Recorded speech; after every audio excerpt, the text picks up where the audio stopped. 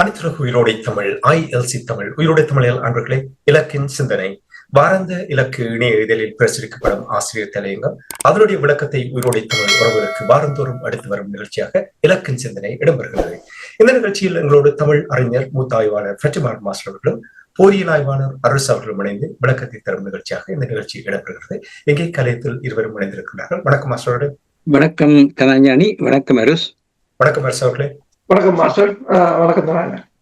இருவருக்கும் வணக்கத்தை தெரிவித்துக் கொண்டு இன்றைய இலக்கின் சிந்தனையின் ஆசிரியர் தலையங்கம் மக்களே தங்களின் இறமையை தாங்களே உறுதிப்படுத்த வேண்டிய புதிய உலக அரசியல் முறைமை. கடந்த வாரத்தில் சீனா ஜப்பானை 2ஆம் உலகப் போரில் வெற்றி கொண்டதற்கான 80வது ஆண்டு வெற்றி பெருவிழா சீனாவில் இடம்பெற்றது.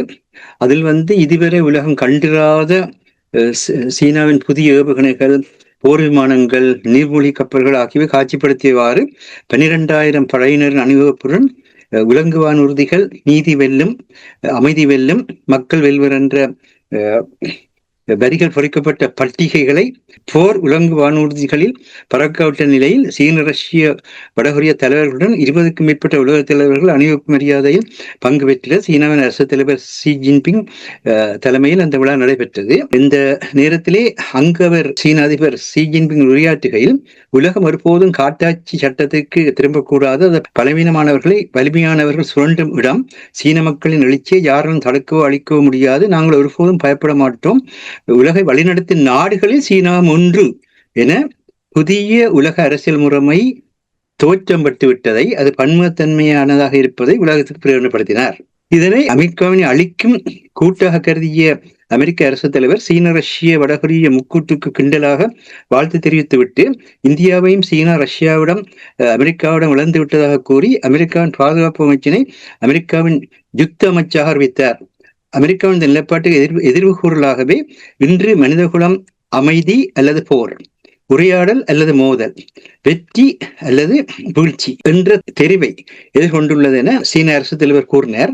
அத்துடன் கூட மனித நாகரிகத்தின் உன்னத இலக்கு வெற்றி பெற வேண்டும் என்பதே சீனாவினுடைய கொள்கை என்பதை வெளிப்படுத்தினார். கூடவே ஒரு நாடு இன்னொரு நாட்டின் மீது ஆதிக்கம் செலுத்துவதற்கு எதிராகவும் ஒன்றுபட அழைப்பு விடுக்கின்றேன் என நாடுகளின் இறமையை பாதுகாப்பதே சீனா தனது கொள்கையாக கொண்டிருக்கும் என்பதை உறுதிப்படுத்தினார். இங்குதான் தமிழர்களுக்கான செய்தி வருகின்றது. ஏனென்றால் காலனித்துவவாதிகள் கைப்பற்றிய ஈழத்தமிழர்கள் போன்ற சிறுதேச இனங்கள் காலனித்துவவாதிகளுடன் தங்கள் இறமை மீட்புக்காக நாடென்ற நிலையில் கைப்பற்றப்பட்ட தங்களுடைய நாட்டின் இறமை மீட்புக்காக போராடிய நிலையிலும் காலனித்துவவாதிகளின் சூழ்ச்சிகளால் காலனித்துவத்தால் தீர்க்கப்படாத ஐக்கிய நாடு சபையினால் தீர்க்கப்பட வேண்டிய பிரச்சனையாக இன்றும் தங்களின் இறமையை மீளுறு செய்யும் முயற்சியில் இன அழிப்பை, இனத்துடைப்பை, பண்பாட்டின் அழிப்பை தங்களின் உயிருக்கும் உடைமைகளுக்கும் நாளாந்த வாழ்வுக்கும் இனங்காணக்கூடிய அச்சமாக கண்டு தங்களின் அரசியல் எதிர்காலத்தை தங்களின் பிரிக்கப்பட இயலாத தன்னாட்சி உரிமையின் அடிப்படையில் அமைக்க முடியாமல் இருக்கின்றார்கள். இந்த மக்கள் தங்களின் நிலைமையை தாங்களை உறுதிப்படுத்த வேண்டிய புதிய அரசியல் முறைமையை தோற்றுவித்துள்ளது சீன அரசு தலைவர் உரை.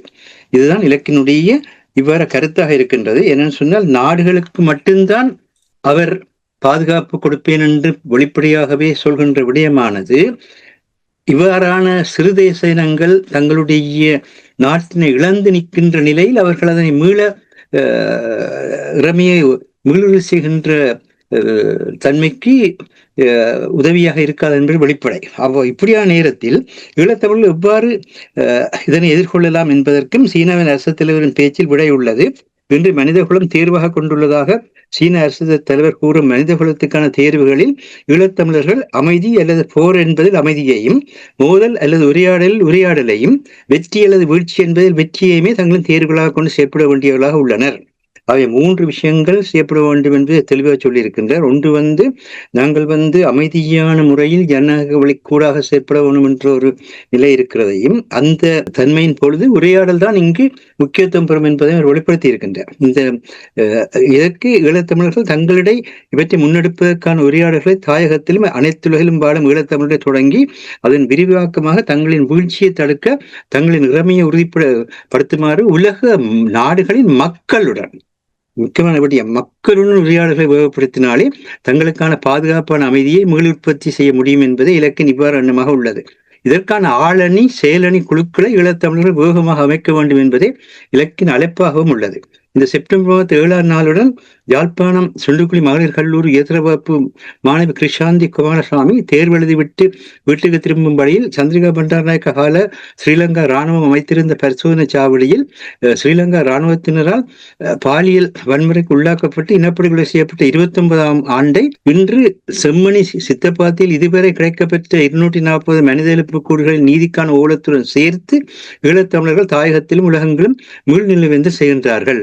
ஆயினும் 8ஆம் தேதி ஐக்கிய நாடு சபையில் இடம்பெறவுள்ள ஐக்கிய நாடுகள் சபையின் மனித உரிமைகள் பேரவையின் ஸ்ரீலங்கா குறித்த மனித உரிமைகள் அறிக்கை ஒப்புக்கு ஸ்ரீலங்கா பல ஆண்டுகளாக இராணுவம் மற்றும் படைத்தரப்புகளால் மேற்கொள்ளப்பட்ட கடுமையான மனித உரிமை மீறல்களை ஏற்றுக்கொள்ள தவறிவிட்டது என கூறிவிட்டு உண்மை மற்றும் நீதியை எடுத்துக்காட்டுவதற்கு தேசிய மக்கள் சக்தி அரசாங்கத்துக்கு சிறந்த வாய்ப்பும் வரலாற்று சந்தர்ப்பம் கிட்டியுள்ளதாக கூறி ஸ்ரீலங்காவின் உள்ளக பொறிமுறைக்குள்ளேயே ஈழத்தமிழர்கள் மீதான ஸ்ரீலங்காவின் யுத்த குற்றச்செயல்கள் மனிதத்துக்கான குற்றங்கள் மனித உரிமை வன்முறைகளுக்கு தண்டனை நீதியோ பரிகார நீதியோ வழங்கக்கூடிய வகையிலேயே மதியின் நிதியும் அளிக்கும் அறிக்கையாக அமையும் என்பது இலக்கின் கருத்தாக உள்ளது. கூடவே ரோம் உடன்படிக்கையில் ஸ்ரீலங்கா அரசாங்கத்தை கையொப்பமிடுமாறும் ஸ்ரீலங்காவின் நீதிமன்ற கட்டமைப்புக்குள் விசாரணைகளை அனைத்துலக தரத்தில் நடத்துமாறும் வலிந்து காணாமல் ஆக்கப்பட்டோருக்கு இந்த அரசாங்கம் நிறுவியுள்ள பணிமனை மூலம் அனைத்துலக கண்காணிப்பில் செயற்படுமாறும் இந்த அறிக்கை அழைப்பு விடுக்கும்.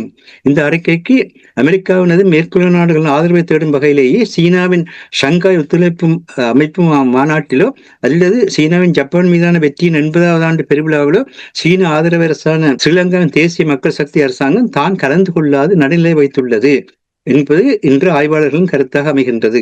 ஒரு கல்லில் இருமாங்கா என இந்தியாவுக்கும் தேசிய மக்கள் சக்தி சீனாவுக்கு சார்பானது அல்ல என்ற நல்லெண்ணத்தை உருவாக்கவும் இது உதவியுள்ளது.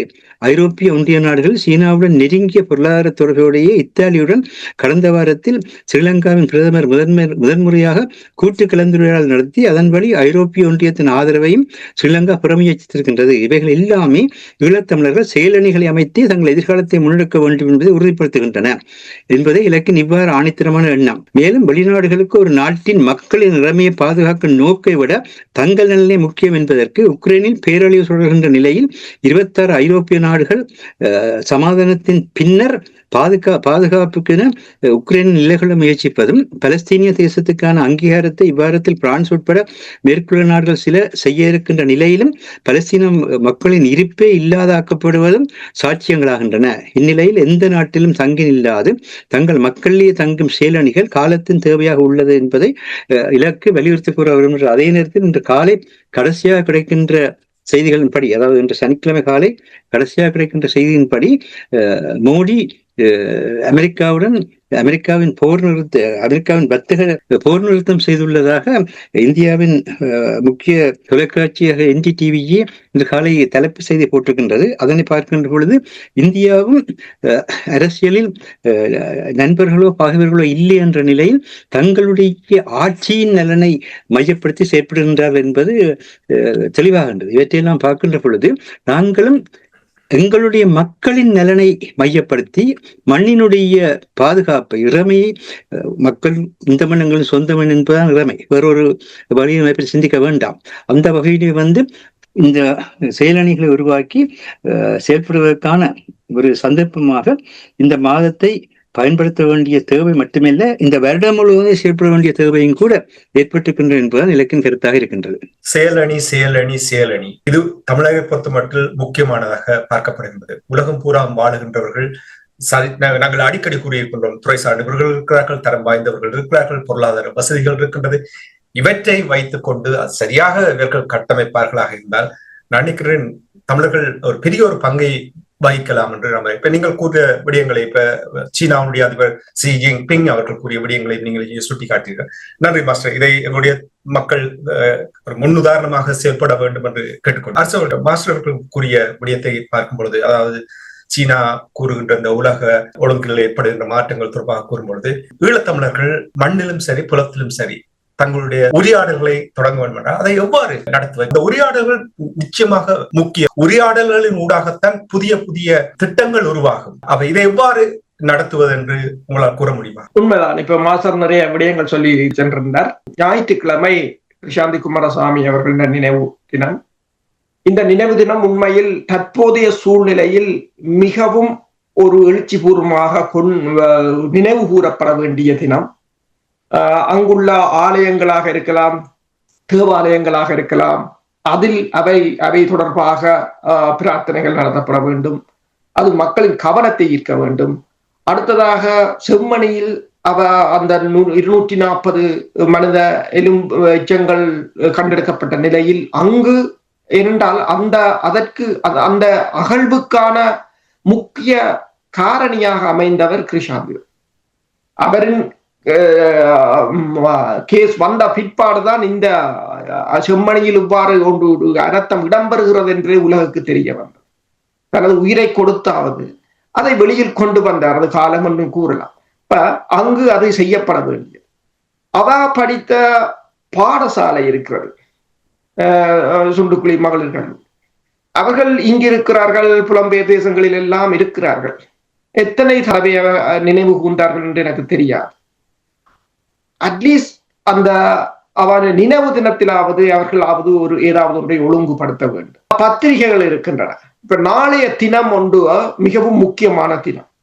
இங்கு இருக்கின்ற தூதரகங்களாக இருக்கலாம், ஐக்கிய நாடுகள் சபையாக இருக்கலாம், எல்லாவற்றிலும் நாளைக்கு இதை அதாவது செம்மணியை வெளியில் கொண்டு வர வேண்டும் என்றால் இந்த நினைவு தினம் மிகவும் முக்கியமானது. இது தொடர்பாக இப்போதுதான் சிலர் பேசுகிறார்கள். இதற்குத்தான் நாங்கள் அதாவது இந்த ILCயில் முன்னர் பேசிய உரையாடலில் கூறியிருந்தோம். அதாவது ஒரு செயலணி வேண்டும் என்று. இவை எல்லாவற்றையும் ஒருங்கமைப்பதற்கு ஒரு செயலணி வேண்டும். இப்ப பலர் வந்து கதைத்தார்கள், பேசினார்கள், தொடர்ந்து ஒரு தொடர்பில் இருக்கிறார்கள். என்னத்தை செய்யலாம், ஏது செய்யலாம் என்று அங்கலாய்த்து திரிகிறார். 3 கோடிக்கு கொண்டு போய் தாயகத்தை புனரமைக்கிறேன் என்று சொல்லி மில்லை திறந்தவர் இருக்கிறார். அந்த 3 கோடியையும் அங்கே இருந்தவர்கள் சுருட்டி கொண்டு ஓடின சம்பவங்களும் இருக்கு. ஏன் இப்படி அலைகிறீர்கள்? உங்கள் பணத்தை வைத்து நீங்கள் ஒரு செயலணியை முதலில் ஆரம்பித்தால் அந்த செயலணி ஊடாக நீங்கள் இதுகளை ஒருங்கமைத்தாலே நீங்கள் மக்களை அந்த ஒரு எழுச்சி பாதையில் வைத்திருக்க முடியும். அதை விட்டு எங்கு கொண்டு போய் என்னத்தை செய்வதென்று தெரியாத ஒரு நிலையில் இருக்க பல தடவைகள் இதை கூறிவிட்டோம். ஒரு செயலணி என்றால், இப்ப செயலணி என்றால் 4 பேர் இணைந்திருந்து செய்ய முடியாது. அதற்கு உரிய ஆட்பலம் வேண்டும், நிபுணத்துவ உதவிகள் வேண்டும், அதே சமயம் அதற்குரிய நிதி உதவி வேண்டும். ஆனால் அந்த நிதி உதவியை கிடைக்க விடாமல் தாயகத்தில் அபிவிருத்தி என்று சொல்லியும் அவர்களுக்கு என்று சொல்லியும் மாடு வாங்கி கொடுக்கிறது, தமிழகத்தில் ஆட்சியை மாற்ற போறோம் என்று ஒரு கூட்டம் தெரிகிறது. அப்படி எல்லாத்தையும் விழலுக்கு இறைத்த நீராக்கி கொண்டிருக்கிறார்கள். அந்த விடயத்தை நீங்கள் கூறும்பொழுது அரசுகளை மக்கள் யாராவது வழிகாட்டுவார்கள் என்று பார்க்கிறார்கள், காட்டவில்லை. அதனால்தான் அவர்கள் தனித்தனியாக செய்கிறார்கள். இதற்குத்தான் இது முக்கியமாக கூறப்படுகிறது. செயல் அணியாக இருந்தால் அதை சரியாக உருவாக்கி சரியாக கட்டம் கட்டமாக செயல்படுத்த தமிழர்களால் அதை செய்ய முடியும் என்று நீங்கள் நம்புகிறீர்கள். அப்ப நாங்கள் நிறைய குறைகளை சுட்டி காட்டி இருக்கின்றோம். எவ்வாறு இந்த செயல் வடிவத்தை ஏற்படுத்தலாம் என்று நம்புகிறீர்கள்? யாருக்கு இந்த உற்சாகத்தை கொடுத்தால் அவர்களால் இந்த செயல் வடிவத்தை கொண்டு வர முடியும் என்று நீங்கள் நம்புகிறீர்கள்? உங்களுக்கு ஒரு அர்ப்பணிப்பும் தொடர்ச்சியான ஒரு இயக்கமும் உங்களிடம் இருக்குமாக இருந்தால் யாராலும் கட்டியமைக்க முடியும். அதற்குரிய ஒரு மனப்பான்மை வேண்டும், எல்லோரையும் உள்வாங்கக்கூடிய நிலை வேண்டும், உண்மையை அதாவது மக்களுக்காக சேவை செய்ய வேண்டியதை கலைக்க வேண்டும். இப்ப நீங்கள் ILC வானொலியை நீங்கள் எடுத்து பாருங்கள், இலக்கு மீடியாவை எடுத்து பாருங்கள். ஒரு குறுகிய காலத்தில் என்ன வளம் இருக்கிறது? குறுகிய பலம். நீங்கள் பாருங்கள், இப்ப இலக்கில உதவி கேட்டிருக்கிறோம், ஒரு 10 ரூபாய் கூட போடுவது. அதாவது இந்த இதுல இப்ப கனடாவில 5 லட்சம் பேர் இருக்கிறாங்க, அல்லது 1 மில்லியன் ஆக்கள், UK 5 லட்சம் பேர், பிரான்ஸ்ல 2 லட்சத்தி ஒருத்தர் 1 பவுன் போட்டாலே ஒரு மிகப்பெரிய ஒரு ஊடகத்தை கட்டி அமைச்சிருக்கோம். ஆனால் ஒவ்வொரு கிழமையும் நாங்கள் பாட்டிகள் அதுகள் இதுகள் என்று சொல்லி எவ்வளவோ செலவழிக்கிறார்கள், எவ்வளவோ இதன்றார்கள். ஆனால் அப்படி அந்த எங்கள் மக்கள் எங்களுக்காக ஏதாவது செய்ய வேண்டும் என்று யாரும் சிந்திப்பதில்லை. இப்ப கிருஷாந்தி தொடர்பாக என்னோட பேசும்போது பேசினார். அங்குள்ள பத்திரிகைகளில் இதை ஒரு முன்பக்கமாக ஒரு படத்துடன் ஒரு அந்த அவருக்கான நினைவுகளை கொண்டு வர வேண்டும். அப்படி கொண்டு வருவதென்றாலும் அதற்கு பண உதவி தேவை. நீங்கள் அட்வர்டைஸ்மெண்டா தான் போடல். இப்ப மாஸ்டர் அடிக்கடி கூறினார், 1983ஆம் ஆண்டு 59 நாடாளுமன்ற உறுப்பினர்கள் கையெழுத்து வைத்ததை பிரித்தானியாவில் பேப்பரில் ஒரு அட்வர்டைஸ்மெண்ட் காசை கட்டித்தான் கொண்டு வந்தார். ஜெலன்சியின் மனைவியின் படத்தை டைம்ஸில் அந்த இயற்குரிய பெண்மணியாக கொண்டு வந்திருந்தார்கள் பைடன் அரசு. ட்ரம்ப் வந்த பிறகு விசாரித்ததில் அதற்கு US8 ஊடாக சேரிட்டி என்ற அமைப்பின் ஊடாக 1 மில்லியனை அந்த ஊடகத்துக்கு கொடுத்திருந்தார். தற்போது உலக ஒழுங்கில் இதுதான் பணம், அதாவது ஒரு பிசினஸாகத்தான் இருக்கிறது. அதை எல்லாம் இது வெற்றி எல்லாம் ஒழுங்குபடுத்துவதற்கு ஒரு செயலணி. இப்ப நாங்கள் கடந்த இதில் கூட பேசியிருந்தோம், சுவிஸில் ஒரு அறிக்கை வந்தது, எப்படியான அறிக்கை என்ற தமிழ் மக்களை நாசமாக்கியது என்று. அந்த அறிக்கையை கூட ஆய்வு செய்வதற்கு ஒரு செயலணி எங்களிடம் இல்லை. இப்ப இதை கட்டி அமைப்பதை விடுத்து விட்டு எங்கெங்கோ எல்லாம் செல்கிறார்கள். அதுதான் அந்த பிரச்சனை. ஒவ்வொரு துறைக்கும் ஒவ்வொரு துறை இவன் அபிவிருத்தி என்றால் கூட செய்யலாம். இப்ப மாசல் கூறியது போல தற்போதைய சூழ்நிலையில் இப்ப ட்ரம்பை பாருங்கள், என்ன சொல்லிவிட்டார், அதாவது டிஃபென்ஸ் மினிஸ்ட்ரியை இப்போது போர் மினிஸ்ட்ரியாக, போர் அமைச்சகமாக மாற்றிவிட்டார். அதுக்கு அவர் சொன்ன கருத்து என்னென்றால், தற்போதைய உலக ஒழுங்கில அந்த பேர் தான் சரி, என்றால் போர் தான் நடக்க போகிறோம் என்றது. இப்ப இந்தியா திருப்பி ட்ரம்ப்கிட்ட போயிருக்கிறது.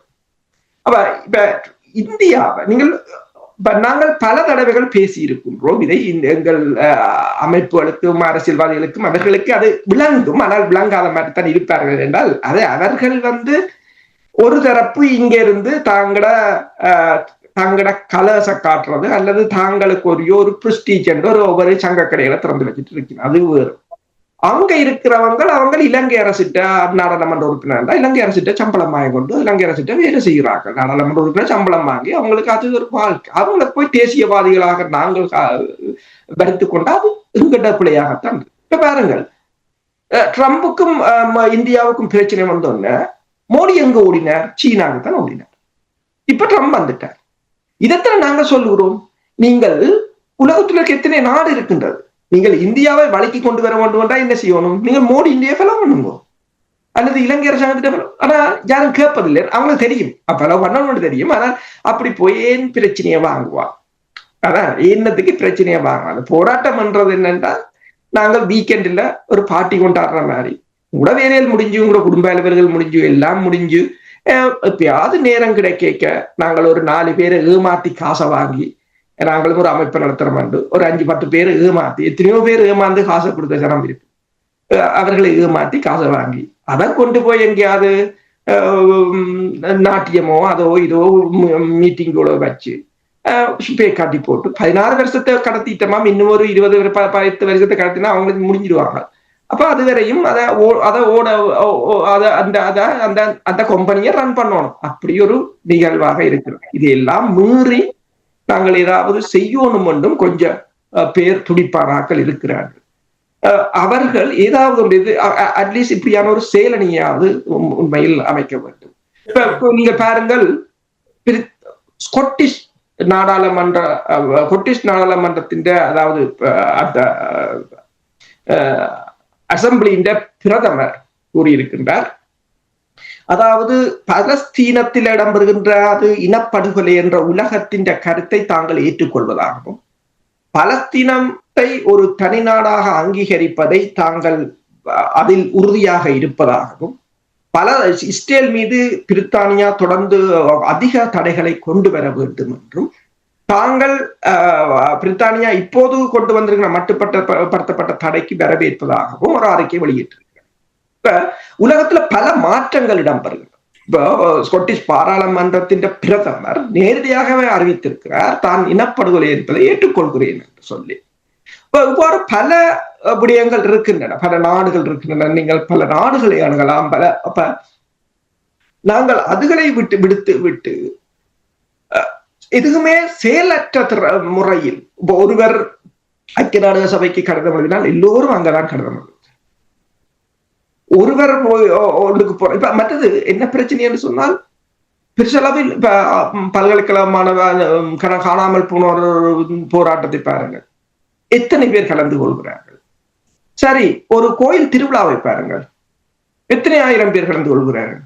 நல்லூருக்கு போறதுக்கு, கொழும்புல இருந்து போறதுக்கு பஸ் டிக்கெட் இல்லையா? பஸ் டிக்கெட் இல்ல, தனியார் பஸ்ல கூட இடம் இல்லை என்று அவ்வளவு பேர் போயிருக்கிறாங்க. ஒரு போராட்டத்துக்கு எத்தனை பேர் போகிறார்கள்? இந்த மாற்றம் முந்தின காலத்துல ஒரு போராட்டம் என்று சொன்ன நாங்கள் பாடசாலையில் படிக்கும் போது முழு பாடசாலைகளும் அந்த ரோட்டில் தான் நிற்பாங்க.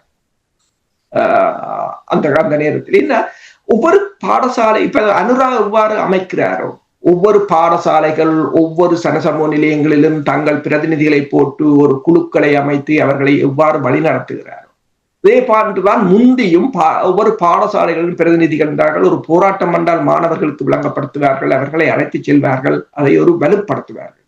இப்போது யாரும் அப்பாறு இல்லை.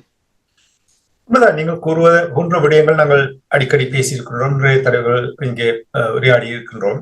ஆனால் எவையெல்லாம் தேவையான விடயங்கள் தான் இல்லை என்று நாங்கள் தட்டி கழிக்க முடியாது. ஆனால் தமிழ் மக்கள் பாருங்கள், ஒரு போராட்டம் என்று வந்த பொழுது அள்ளி கொடுத்தார்கள். உலகம் பூரா இருந்த மக்கள் அள்ளி கொடுத்தார்கள்.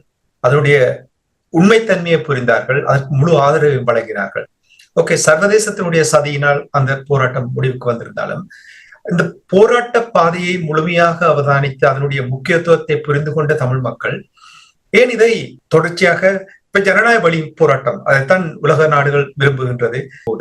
உங்களுக்கு தெரியும், எழுக தமிழ் நிகழ்வு நடைபெறும் பொழுது மக்கள் தங்களுடைய உணர்வுகளை தொடர்ச்சியாக வெளிப்படுத்தி கொண்டு வந்தார்கள். இப்ப இந்த செயல் அணி என்று நீங்கள் கூறும் பொழுது அந்த செயல் அணிகள் இவற்றை செயல்படுத்தும் பொழுதுதான் அங்கிருந்து வேறு வேறு விடயங்களை அந்த மக்களுடைய தேவைகளை உடனடியாக அறிந்து குறுகிய காலம், இடைக்காலம், நீண்ட கால அந்த திட்டங்களை எல்லாம் உருவாக்கலாம். இப்ப நீங்கள் மோடி அவர்கள் தொடர்பாக, இனி ஜி ஜின்பிங் தொடர்பாக, டொனால்ட் ட்ரம்ப் அவர்கள் தொடர்பாக கூறும் பொழுது ஒன்றுமே நிரந்தரமாக இருக்காது, எப்பொழுதுமே அது ஓடிக்கொண்டேதான் இருக்கும்.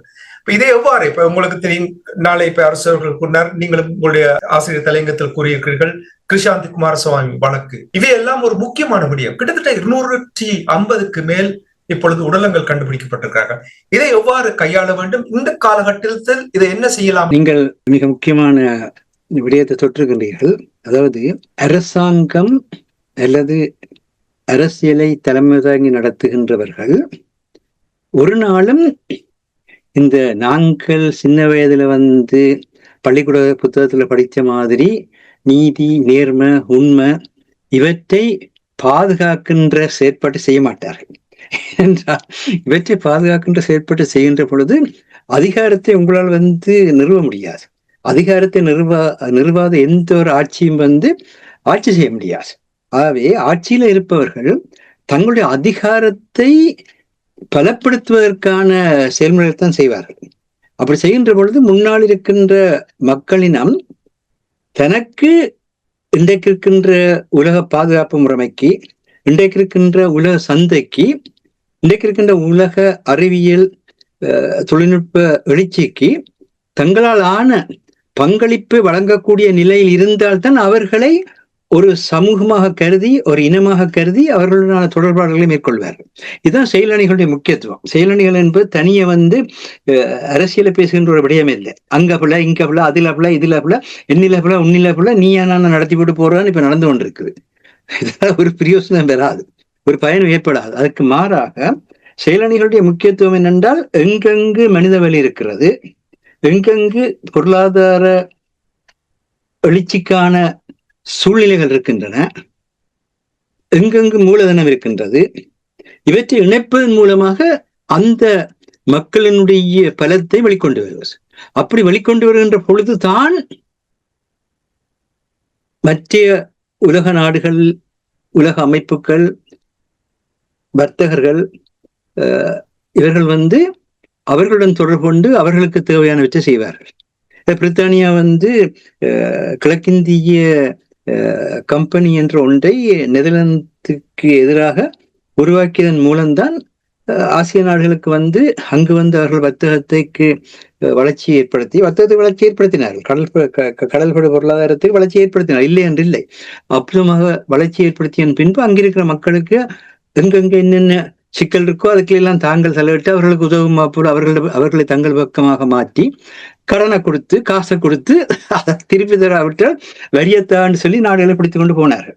அப்ப இவர்கள் அந்த நாடுகளில் போய் இறங்கினதால் தான் அந்த தன்மை வந்தது. ஆனால் ஈழத்தமிழர்களுக்கு தேசிய விடுதலை போராட்டத்தினுடைய மிகப்பெரிய ஒரு நிகழ்வாக உலகெங்கும் வாழ்கின்ற புதிய சூழ்நிலை ஏற்பட்டிருக்கின்றது. விதமாக பிரித்தானியா ஒரு உலக வல்லாண்மையாக மாறுவதற்கு பிரித்தானியர்கள் உலகெங்கும் வர்த்தகத்தால குடியேறுகின்ற ஒரு நிலை தோற்றம் பெற்றதோ அதே போல இன்று ஈழத்தமிழர்கள் உலகெங்கும் வாழ்கின்ற ஒரு உலக இனமாக மாறி இருக்கின்றார். அந்த மாற்றத்தை நாங்கள் ஏற்றுக்கொள்ள வேண்டும். அந்த மாற்றத்தின் அடிப்படையில் நாங்கள் செயலணிகளை அமைத்தால்தான் அது அர்த்தமுள்ளதாக இருக்கும். தாயகத்தினுடைய நிலத்தின் கடலின் வளங்கள், இப்பொழுது வானின் வளமும் கூட முக்கியமானது. இந்த இடங்களுக்கு வான் வளமும் கூட இருக்கின்றது. பல இடங்களில் தாயகத்தினுடைய நிலமும் பூமியினுடைய சரிவும், பூமியுடைய சரிவு வானத்துடன் இருக்கின்ற இடங்கள் 45 பாகையை கொண்டிருக்கின்ற என்று கூறுகின்றார்கள். அப்படியான இடத்தில் இருந்துதான் நாசா போன்ற நில அமைப்புகள் ஏற்படும். அங்கிருந்துதான் வானவழி பயணங்கள், வானவழி பாதுகாப்புகள் என்பனவற்றை பலப்படுத்தக்கூடிய தன்மை எல்லாம் இருக்கின்றது. எங்களுடைய மண்ணில் போதிய வளம் இருக்கின்றது, கடல் வளம் இருக்கின்றது, வான் வளம் இருக்கின்றது. இப்பொழுது மக்கள் சக்தி பெற வேண்டும். அதுக்குத்தான் செயலணிகளை உருவாக்க சொல்கின்றோம். மக்களுக்கான பொருளாதாரம் உறுதிப்படுத்தப்பட வேண்டும்.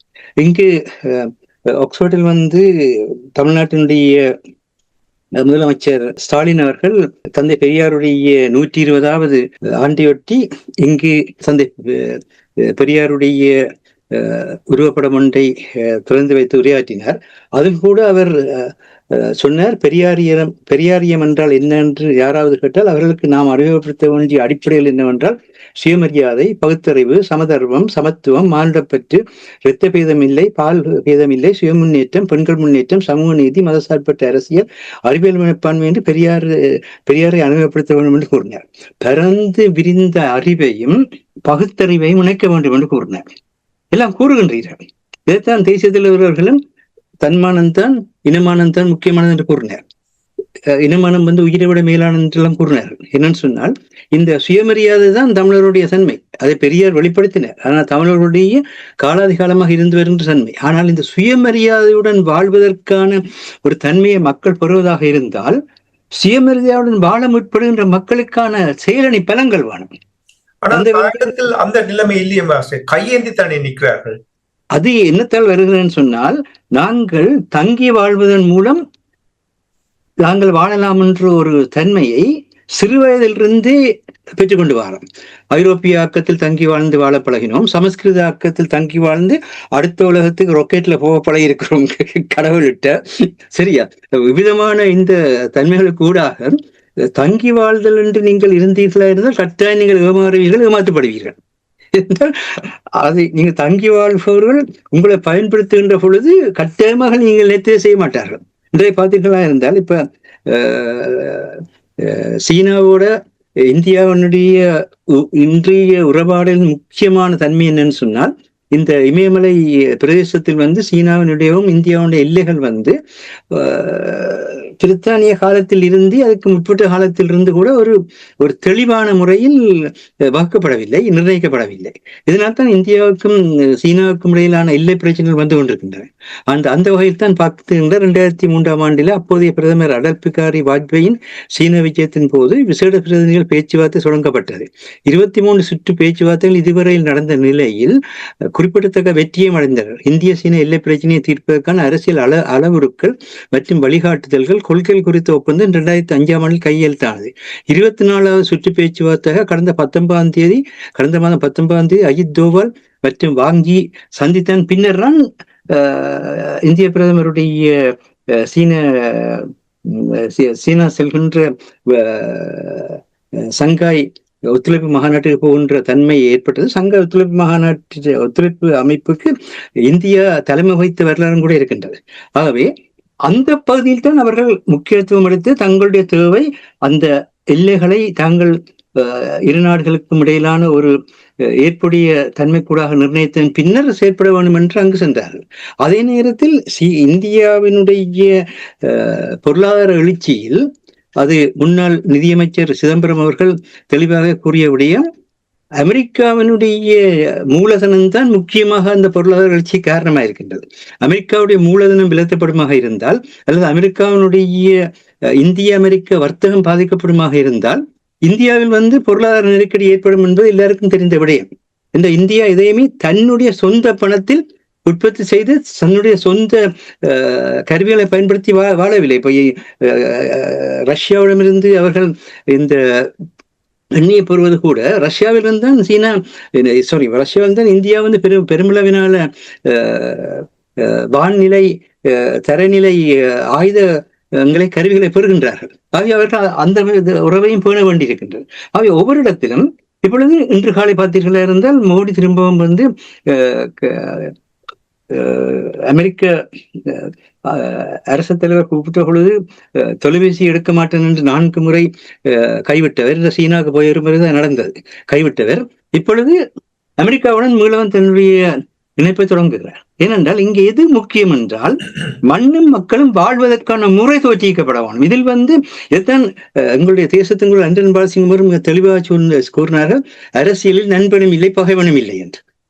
தயவு செய்து நீங்கள் இயக்கங்கள் அமைப்புகள் கட்சிகள்ல இருந்தாலும் சரி அல்லது நாடுகளோடு இருந்தாலும் சரி இதை தயவு செய்து பின்பற்றுங்கள். ஏனென்றால் மக்களுக்கான மண்ணுக்கான ஒரு தன்மையை வெளிப்படுத்துமாக இருந்தால் அதை நாங்கள் ஏற்று அதற்கு நாங்கள் ஆதரவு கொடுக்க. அதான் கிருஷாந்தி குமாரசாமியினுடைய அந்த மிக மோசமான அந்த ஒரு மாணவ சமுதாயத்தை சீரழித்த அந்த இனப்படுகொலையை பற்றி நாங்கள் வந்து இந்த நேரத்தில் முக்கியத்துவப்படுத்த வேண்டும் என்று சொல்லி அரசு கூறியதை பார்க்கின்றோம். இந்த நேரத்தில் முக்கியமானதாக வருகின்றது. அப்பொழுதுதான் உலகத்தில் இருக்கின்ற மாணவ சமுதாயத்துக்கு தெரிய வேண்டும்.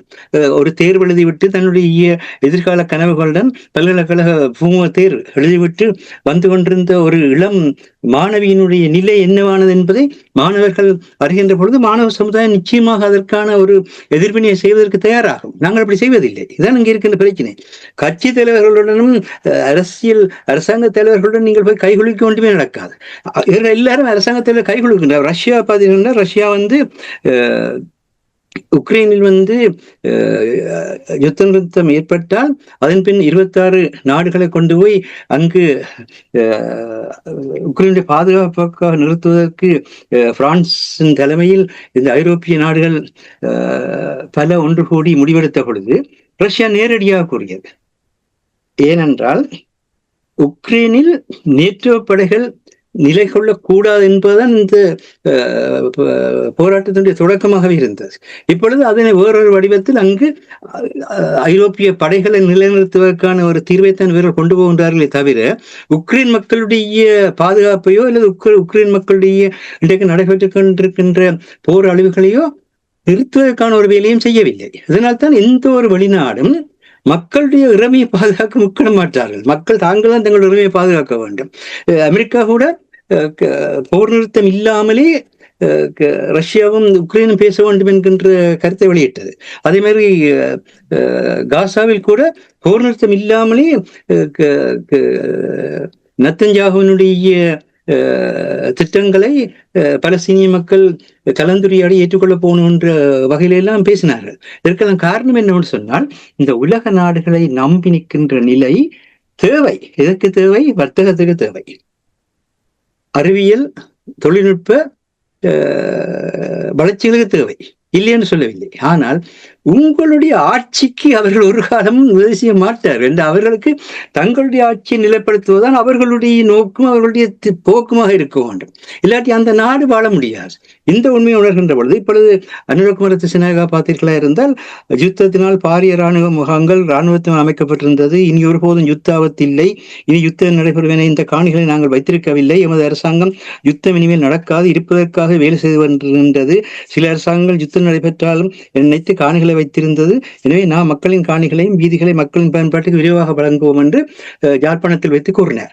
ஆனால் இது எதற்காக கூறினார் என்பதை நீங்கள் ஊடக நிலையில் பார்த்தீர்கள் என்றால் தான் ஐக்கிய நாடுகள் சபையினுடைய புலம்பெயர் அமைப்பு ஒரு விசேட செயல் திட்டத்தை தயாரிக்கின்றது. இலங்கையில இருக்கின்ற இராணுவத்தினால் கையகப்படுத்தப்பட்டிருக்கிற காணிகளையும் இலங்கை அரசாங்கங்கள் காலத்தை காலம் தொல்லியல் மற்றும் வரலாற்று துறைகளுக்கு ஊடாக அது சிங்கள பௌத்த பிரதேசங்கள் சொல்லி கையகப்படுத்தி வருகின்ற காணிகளையும் விடுவிப்பதற்கான ஒரு சர்வதேச ஐக்கிய நாடு சபையினுடைய திட்டம் என்று தயாரிக்கின்றார்கள். அப்ப அதனை தடுத்து நிறுத்த வேண்டும். அதனை உள்ளுக்கு வராது தடுத்து நிறுத்துவதா இருந்தால் என்ன செய்ய வேண்டும்? நானே இதை செய்கிறேன் பார், இங்க செய்கிறேன் பார், இந்த யாழ்ப்பாணத்தில் போய் இவ்வளவு தடைக்கு மத்தியிலும் கூறியிருக்கிறேன் பார் என்று கூறுவதற்கான அந்த தந்திரத்தை தான் அவர்கள் கையாண்டிருக்கின்றார்கள் என்பதை எங்களுடைய மக்கள் புரிந்து கொள்கின்றார்கள். அவர்கள் நினைக்கின்றார்கள் என்னென்றால் ஏதோ திடீரென்று அவர்களுக்கு ஈழத்தமிழர்கள் அக்கறை ஏற்பட்டு யாழ்ப்பாணத்தில் போய் நின்று ஈழத்தமிழர்களுக்காக உரையாற்றுகின்றார்கள் என்ற ஒரு மயக்கத்துக்குள் போகின்றார். இந்த மயக்கங்கள் தான் நாங்கள்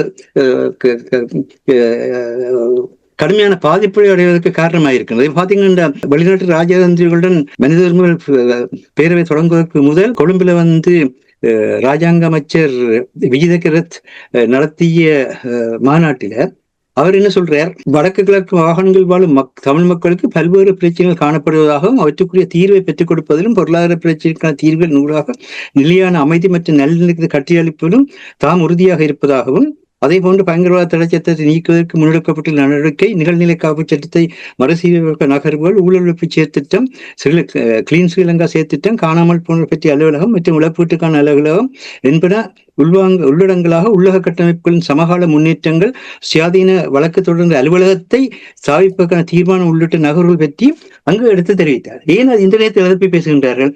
ஏனென்றால் அங்கு ஒரு தடயவியல் ஆய்வுக்கூடத்தை நிறுவுவதற்கு மனித உரிமைகள் பேரவையை நிதியுதவி செய்யுமாறு கேட்கின்றார்கள். அதே போல காணாமல் ஆக்கப்பட்டவர்களின் மரபணு தொகுப்பொன்றை தாங்கள் செய்து தொடர்ந்தும் அதன் வழியாக முயற்சிக்க போறோம் என்று இலங்கையிலே ஒரு DNA ஆய்வுக்கூடம் ஒன்றை நிறுவுவதற்கான நிதியை கேட்கின்றார்கள். இவற்றை நாங்கள் செய்கின்றோம் என்று அந்த நிதியை பெறுவதற்காக தான் இந்த மாதிரியான திட்டங்களை வெளிப்படுத்துகிறதை தவிர இவை எதுவுமே இல்லாமல் மனச்சாட்சிக்கு கூட உங்களுக்கு தெரியும், வடக்கு கிழக்கு ஜாழ்ப்பாண அரசு வன்னியரசு இருந்த பகுதி. ஆகவே அந்த பகுதியினுடைய நிலத்தையும் அந்த பகுதியினுடைய வாழ்வியலையும் ஈழத்தமிழ் மக்கள் அதுதான் பாலன தேசத்தின் குரல் அவர்கள் நூறு பேச்சுவார்த்தை என்பதை கூறினார். அதற்கான நிர்வாக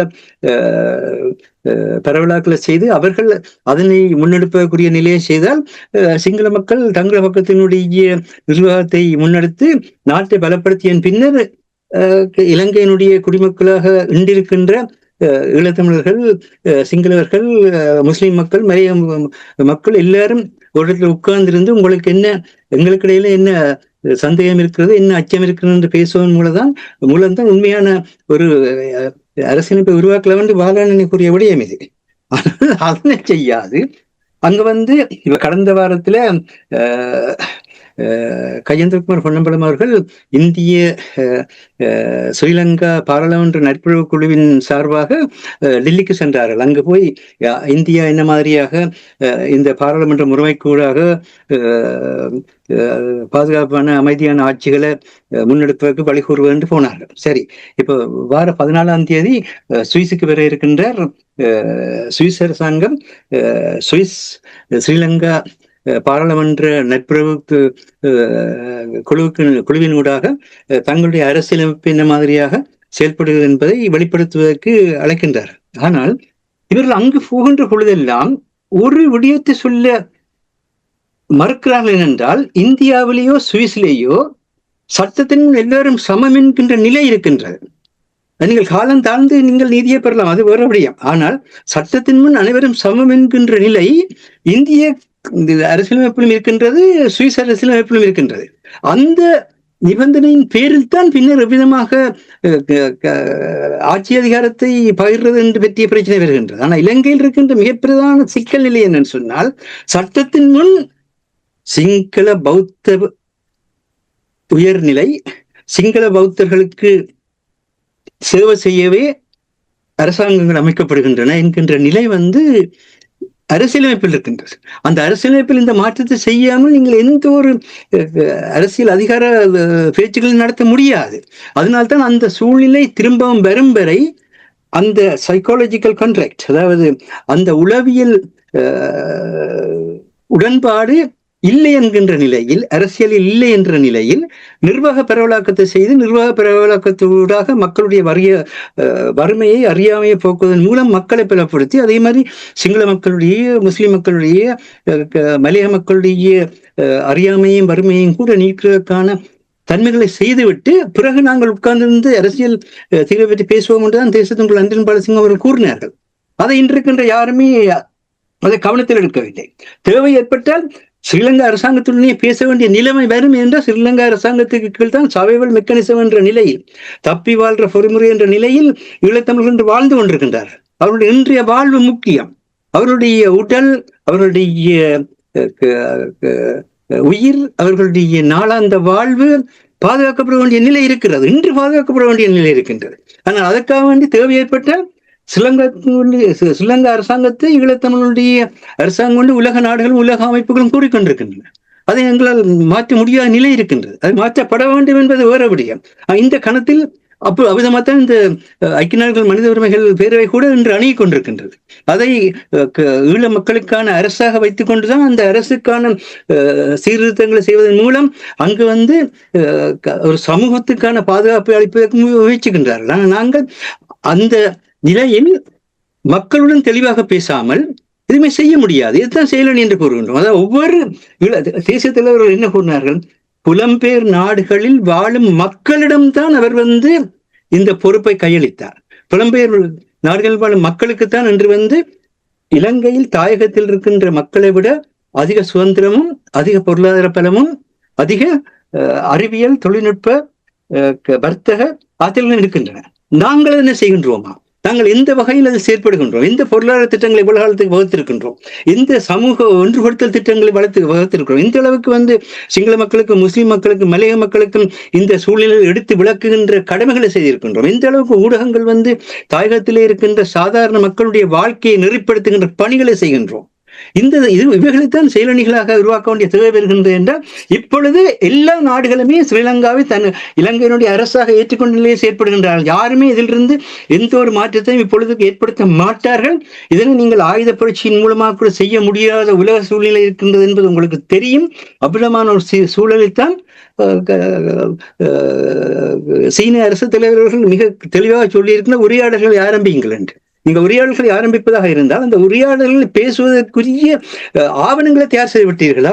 அந்த உரையாடல்கள் வைக்கப்பட வேண்டிய ஒருமித்த கோரிக்கைகளை தயார் செய்து விட்டீர்களா? அந்த உரையாடல்கள் காட்டப்பட வேண்டிய மக்களுடைய தேவைகளை நீங்கள் வடிவமைத்து விட்டீர்களா? அது மக்களுடைய தேவையாக அங்கிருக்கின்ற மக்களால் முன்னெடுக்கப்பட்டதாக உங்களால் நிரூபிக்க முடியுமா? அங்கிருக்கின்ற மக்கள் ஆணைய பெற்ற ஈழத்தமிழ் அரசியல்வாதிகள் என்று சொல்லப்படுபவர்கள் அதுக்கு எந்த சூரத்துக்கு ஒருங்கிணைந்து நிற்பார்கள் என்பதை உங்களால் உறுதிப்படுத்த முடியுமா? இவைகளுக்குத்தான் செயலணி தேவை என்று சொல்கின்றோம். இதை செய்வதாக இருந்தால் புலத்தில் இருக்கின்ற இளைய தலைமுறையிடம்தான் நீங்கள் போய் ஆக வேண்டும். ஏனென்றால் மூத்த தலைமுறைக்கு எங்களுக்கு மன துக்கங்கள் இருக்கின்றது, வெறுப்புகள் இருக்கின்றது, பகைகள் இருக்கின்றது. இந்த அவ்விதம்தான் ஸ்ரீலங்கா அரசாங்கம் நடந்து கொண்டது. அவ்விதம்தான் இந்திய அரசாங்கம் நடந்து கொண்டது. யாருமே அதை நாங்கள் மறக்கவில்லை. அது எங்களுக்கு இயல்பாகவே அந்த தன்மை இருப்பதும் யாருமே குறை சொல்ல முடியாத நிலை. ஆனால் அறிவியல் ரீதியாக, தொழில்நுட்ப ரீதியாக இன்றைய அனைத்துலக சமூக பொருளாதார அரசியல் ஆன்மீக தன்மைகளை உணர்ந்தவர்களாக வளர்ந்து கொண்டிருக்கின்ற ஈழத்து இளம் தலைமுறை இன்றைய உலக தலைமுறையாக இருக்கின்றது, உலகினுடைய இனமாக இருக்கின்றது. அதனை ஒருங்கிருக்கின்ற பணியைத்தான் ஊடகங்கள் செய்ய வேண்டும். ஊடகங்கள் வெறுமனே பாராளுமன்றத்திலையும் வெறுமனே அமைச்சரவையிலையும் வெறுமனே அங்கிருக்கின்ற இராணுவ போலீஸ் பிரச்சனைகளையும் எடுத்துக்கொண்டு வருவதில் இந்த பிரயோசனம் இல்லை. அது அந்த நாட்டுக்குள் அவர்கள் என்ன செய்தாலும் அது அந்த நாடுன்ற முறையில் அந்த நாட்டின் இறமையை மீறி யாருமே தலையிட போவதில்லை. அதான் உலக காலத்து அனுபவமாக இருக்கின்றது. அதனை எங்களுடைய தலைவர் இன்றைய பார்த்தீங்கன்னா சம்பிக்க ரணவத்தை நீங்க தெளிவாக சொல்லியிருக்கிறார். எவ்விதமாக இந்தியாவுடைய அன்றைய வெளிவிவகார அமைச்சரும் இந்தியாவினுடைய அன்றைய பாதுகாப்பு குழுவும் சேர்ந்து இலங்கையினுடைய கோத்தபாய அவர்களுடைய தலைமையில இருந்த குழுவும் சேர்ந்து எவ்விதமாக தேசிய தலைவருடைய நடைமுறை அரசை ஒடுக்குவதற்கு முயற்சித்தார்கள் சொல்லப்படுகின்றது. அப்ப இதில் விதமாக சம்பந்தங்கள் தொடர்பாக இருந்தார் என்பதை பற்றி கூட இன்று பேசப்படுகின்றது. தமிழ்நாட்டு தலைவர்களுக்கு கூட இவர்கள் பேசி அதற்கேற்ற முறையில சமாதானப்பட வைத்தார்களா என்ற கேள்விகள் கூட எழும்பி இருக்கின்றது. இவ்விதமாக எங்கள மக்களை எங்களை அழைத்துக் கொண்ட அந்த வரலாற்றை நாங்கள் பார்க்கின்றோம். இந்த படித்த ஒரு எலைட் ஜனநாயகம் எங்களுக்கு வேண்டாம். நீங்கள் படித்தொரு ஜனநாயகம் என்ற பேரிலே உங்களுடைய புகழையும் உங்களுடைய அதிகாரத்தையும் உங்களுடைய பணநிலையை தான் வளர்த்திருக்கின்றீர்கள், உங்களுடைய குடும்ப நிலையத்தான் வளர்க்கின்றீர்கள். இது வெளிப்படையாக தெரிகின்ற விஷயம். ஆகவே இது படித்தொரு ஜனநாயகத்துக்குரிய நாள் அல்ல. இது இப்பொழுது இருக்கின்ற செயற்பாடுகள் சாதாரண மக்கள் புலம்பெயர் வாழ்வின் மூலமாக தங்களுக்கான அறிவை, ஆற்றலை, பொருளாதார வளத்தை பெற்றிருக்கின்ற ஒரு நிலை. அவை சாதாரண மக்களுடைய அந்த ஆளுமையை நீங்கள் ஒருங்கிணைப்பதன் மூலமாகத்தான் நீங்கள் ஈழத்தமிழருடைய அரசியல் எதிர்காலத்தை உருவாக்க வேண்டிய காலமாக இந்த ஆண்டு அமையப் போகிறது என்பதைத்தான் இன்றைய ஆசிரியர் தலையங்கத்திலே நாங்கள் வற்புறுத்துகின்றோம். சிறப்பு சிறப்பு. நன்றி மாஸ்டர். அரசுகளை நாங்கள் நிகழ்ச்சியை கொண்டு வர வேண்டும். மாஸ்டர் இப்ப நிறைய விடயங்கள் கூறினார். அதாவது புலம்பெயர்ந்து வாழுகின்ற நாடுகள் இருக்கின்ற தமிழ் மக்களுடைய அந்த பலமான நிலைமை எவ்வாறு இருக்கிற என்ற விடயங்களை கூறியிருந்தார். உதாரணமாக பலத்துக்கு ஒரு உதாரணத்தை சொல்றேன். நேற்று இங்க பிரித்தானிய அமைச்சர்களுடன் பேசிய தமிழ்நாட்டினுடைய முதலமைச்சர்கள் கூட எங்களுடைய கடல் தமிழகத்தினுடைய கடல் தான், எங்களுடைய கடல் தான், தென்கு நாளில் தான் இருக்கின்றது.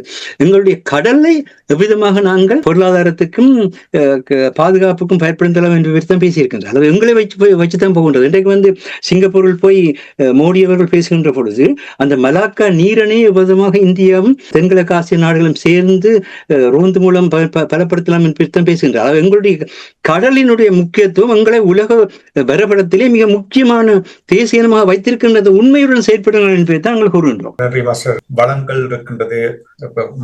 தமிழ் மக்களுடைய நிலைமையை பொறுத்த மட்டும் உலகம் புறா வாழுகின்றவர்கள் நல்ல தரத்தில் இருக்கிறார்கள். ஆனால் ஒரு கேள்வி ஒன்று எப்பொழுதுமே எழுந்து கொண்டிருக்கும் என்று கூட நீங்கள் பேசும்பொழுது அந்த கேள்வி வந்திருந்தது. அரசர்களே, மக்களுடைய தேவை மாறிவிட்டது என்று நீங்கள் கருதுகிறீர்களா? தோல்வி நிலை அவர்களை மீண்டும் ஒரு முயற்சியில் ஈடுபடுவதற்கு தடுக்கின்றது என்று நீங்கள் நம்புகிறீர்களா? தற்போதைய உலக ஒழுங்கும் மக்களோட தேவைகளும் மாறி வருகின்றது. உதாரணமாக அது பல அதாவது மக்களோட வாழ்க்கை முறை மாறி இருக்கின்றது. இலோன் மஸ்க் அண்மையில் ஒரு கருத்தை தெரிவித்திருந்தார். ஐரோப்பா சாகிறது என்று இறக்கிறது என்றால் பிறப்பு விகிதம் மிக மிக மிக சரியான குறைவாக போய்கொண்டிருக்கிறது. அது இங்கு மட்டுமில்லை, எல்லா இடமும் தான். கிரீஸ்ல 900 பள்ளிக்கூடங்கள் மூடப்படுகின்றன. ஏனென்றால் பிள்ளைகள் இல்லை, அந்த குறிப்பிட்ட லெவலுக்குரிய பிள்ளைகள் இல்லை. இதேதான் தமிழீழத்திலும் நாங்கள் பார்க்கலாம். பல பாடசாலைகள், சிறிய சிறிய பாடசாலைகள் மூடப்படுகின்றன என்றால் அங்கும் அதுதான். எல்லோரும் இப்போது 1 குழந்தைகள் 2 குழந்தைகள் தான். முந்தின நீங்கள் குடும்பத்தில் பார்த்தீங்கன்னா 6 பேர் 7 பேர் 12 பிள்ளைகள் இருந்த குடும்பங்களும் இருந்த காலங்களும். பொருளாதார நிலைமை அப்படி, மக்களோட வாழ்க்கை தேவை அப்படி, அந்த லைஃப் ஸ்டாண்டர்ட் அதாவது அது மாறி இருக்கின்றது. தேவைகள் அதிகரித்திருக்கிறது. அப்ப எல்லோரும் அந்த தேவைகளை நோக்கித்தான் ஓடுகிறார்கள். இதற்குள் போராட்டத்துக்கு அவர்களை கொண்டு வருவது என்றதுக்கு நாங்களும் எங்கள் உத்திகளை மாற்றித்தான் ஆக வேண்டும். அதுதான் இந்த பிரச்சனை. இப்ப அனைத்துலக மட்டத்துடன் அனைத்துலகத்திலேயே நீங்க பாத்தீங்கன்னு சொன்னா கிவ் அண்ட் டேக் பாலிசி தான். நீங்கள் ஏதாவது ஒன்றை கொடுத்துத்தான் ஏதாவது ஒன்றை வாங்கலாம் என்ற ஒரு நிலை. அதை நாங்கள் தெளிவாக புரிந்து கொள்ள வேண்டும். இலங்கை அரசு அதைத்தான் செய்கிறது, இந்தியா அதைத்தான் செய்கிறது, ரஷ்யா அதைத்தான் செய்கிறது, அமெரிக்கா அதைத்தான் செய்கிறது.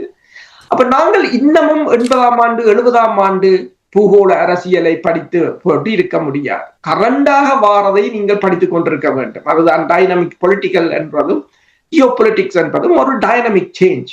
ஏன் படைத்துறையில் கூட டைனமிக் சேஞ்ச். இன்றைக்கு பாருங்கள், மாசு கூறியது போல சீனாவில் இடம்பெற்ற அந்த அணிவகுப்பில் கிட்டத்தட்ட 100 புதிய ஆயுதங்கள். அதுல DF5 என்றது உலகத்தில எந்த இலக்கையும் தாக்கும். அது நீங்கள் மூவ் பண்ண தேவையில்லை. எந்த இடத்தை தாக்கணுமோ அந்த இடத்தை அணுக்குண்டால தாக்கும் என்ற ஒரு நிலையைத்தான் கொண்டு வந்திருக்கிறோம். அப்ப இதை நாங்கள் முதலில் உள்வாங்க வேண்டும். இப்ப எவ்வாறு இந்த நாடுகளை டீல் பண்ண வேண்டும், அவர்கள் எவ்வாறு பேச வேண்டும். ஒரே வட்டத்துக்கு நாங்கள் நிற்காமல் எங்கள் வட்டத்தை பெரிதாக்க வேண்டும். பல நாடுகளுடன் பேச வேண்டும். சில நாடு, அதாவது அவர்களுக்குள் உள்ள முரண்பாடுகளை நாங்கள் எங்களுக்கு சாதகமாக பயன்படுத்த வேண்டும். அதைத்தான் மோடி செய்திருக்கிறார். அமெரிக்காவுக்கு சீனாவுக்கும் இடையிலான முரண்பாட்டை அவர் அங்கேயும் கதைச்சு இங்கேயும் கதைச்சு போட்டு தான் ஒரு நடுநிலைமையாக இப்போது அங்கேயும் போறார், இங்கேயும் போறார். அது எதிர்காலத்தில் எவ்வாறு நிலைமையை கொண்டு வருமோ தெரியாது. இலங்கையும் அவ்வாறுதான். இப்ப யாருமே போய் இறங்காத கச்சதீவில், எந்த ஒரு அரசு தலைவரும் போய் இறங்காத கச்சதீவு ஏன் அவர்கள் போகவில்லை என்று சொன்னால் அது ஒரு பிரச்சனைக்குரிய பிரதேசம். தமிழ்நாட்டில தேர்தல் வரும்போது அது ஒரு ஹாட் டாபிக்கா இருக்கிறது ஒவ்வொரு முறை.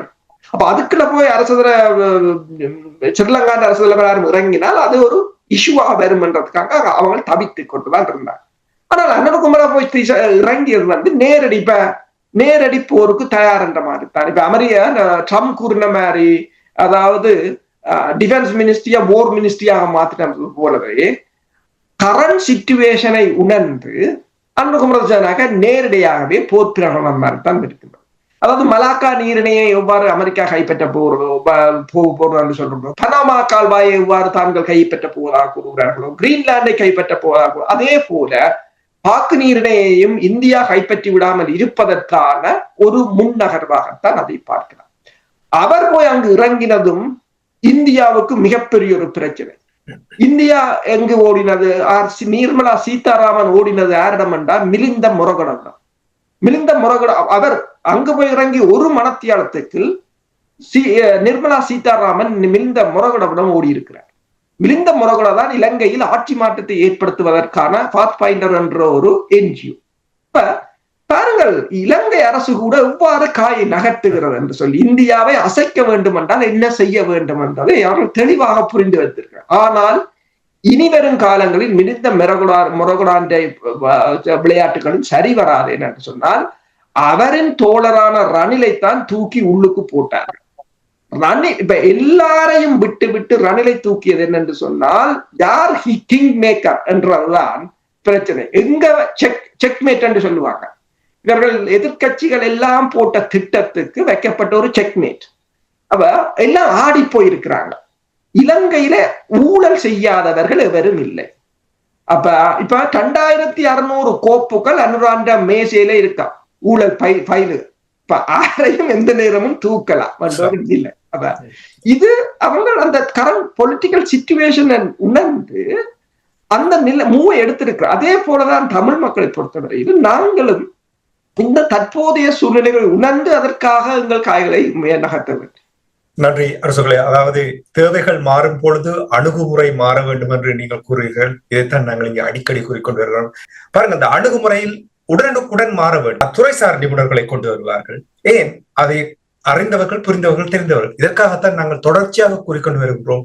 தமிழ் மக்களுக்கான ஒரு ஆலோசனை குழு, தமிழ் மக்களுக்கான செயல் அணி, இவை இல்லை என்று சொன்னால் நாங்கள் நகர்ந்து செல்வது, நாங்கள் எல்லோருமே எங்களே ஏமாற்றிக் கொண்டிருக்கின்றோம் என்பதாக கூறபடி நாங்களே ஏமாற்றுகிறோம் என்பதற்கு உதாரணம் என்னென்றால் 2025ஆம் ஆண்டு ஜனவரி 1ஆம் தேதியிலிருந்து ஆகஸ்ட் மாதம் 27ஆம் தேதிக்கு இடையில் இலங்கைக்கு சென்ற சுற்றுலா பயணிகளில் 1,49,809 பேர் ஐக்கிய ராஜ்யத்திலிருந்து இங்கிருந்து போயிருக்கின்றோம்.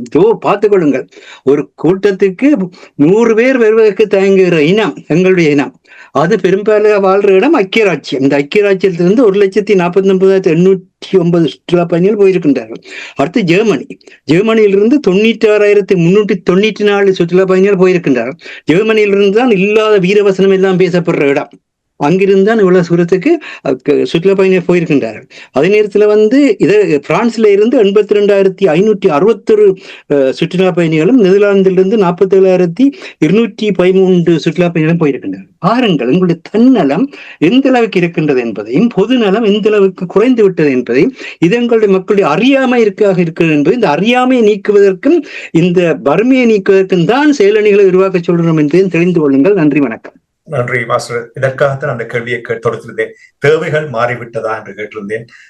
தோற்றவையின் அந்த மனப்பான்மை தடுக்கிறதா என்று கேட்டேன். இந்த விடயத்தை நான் அறிந்தது. விடுதலை நீரை சுமந்து வந்திருக்கின்றால் காசியிலிருந்து. சரி, நீங்கள் ஒரு இந்து சமய பின்னணியிலே காசியிலிருந்தும் மற்ற புனித தீர்த்தங்களிலிருந்தும் நீங்கள் நீர்களை சுமந்து வந்து செம்மணியில் விடுதலை நீரை வைத்து நீங்கள் ஒரு பண்பாட்டு மீட்டுணர்வு கொண்டு வாருங்கள். அதில் எந்த பிரச்சனையும் இல்லை. ஆனால் அந்த பண்பாட்டு மீட்டுணர்வு இந்துத்துவாக மாறாமல் அது மண்மீட்புணர்வாக மாற வேண்டும் என்பதுதான் எங்களுடைய வேண்டுகோளாக இருக்கின்றது. சிறப்பு. அந்த வேண்டுகோளோடு நாங்கள் இன்றைய இலக்கின் சிந்தனை நிகழ்ச்சியை தொடர்ந்து கொண்டு வந்து மீண்டும் அடுத்த வாரம் இணைந்து கொள்வோம். இன்றைய நிகழ்ச்சியில் பங்கெடுத்த தமிழ் அறிஞர் மூத்த ஆய்வாளர் ஃபெட்மார் மாஸ்டர் அவர்களுக்கும், பொறியியல் ஆய்வாளர் அரசு அவர்களுக்கும் நன்றி கூறி தனாஞானி இந்த நிகழ்ச்சியை கொண்டு வருகின்றேன். நன்றி, வணக்கம் மாஸ்டர்களே. நன்றி, வணக்கம். நன்றி. எமது பார்வையாளர்களுக்கு வணக்கம். மக்களின் குரலாய் ஓங்கி ஒலிக்கும் இலக்கு மின்னிதழ் மற்றும் உயிரோடை தமிழ் வானொலி ஆகிய இவ்விரு ஊடகங்களும் உங்களைப் போன்ற எமது நேயர்கள், நண்பர்களின் ஆதரவிலேயே இயங்கி வருகின்றன. மிக குறைந்த வளங்களுடன் பல இடர்கள் மற்றும் தடைகளை தாண்டி பயணிக்கும் எமது ஊடகங்களின் பணிகள் மேலும் வளர உங்களால் முடிந்த நிதியுதவியை வழங்கி இன்னும் காத்திரமான செயற்பாடுகளை முன்னெடுக்க உதவுமாறு மிகவும் பணிவன்புடன் வேண்டி நிற்கின்றோம். உங்கள் பங்களிப்பு உங்களின் உரிமை குரலாய் ஓங்கி ஒலிக்கும். நன்றி.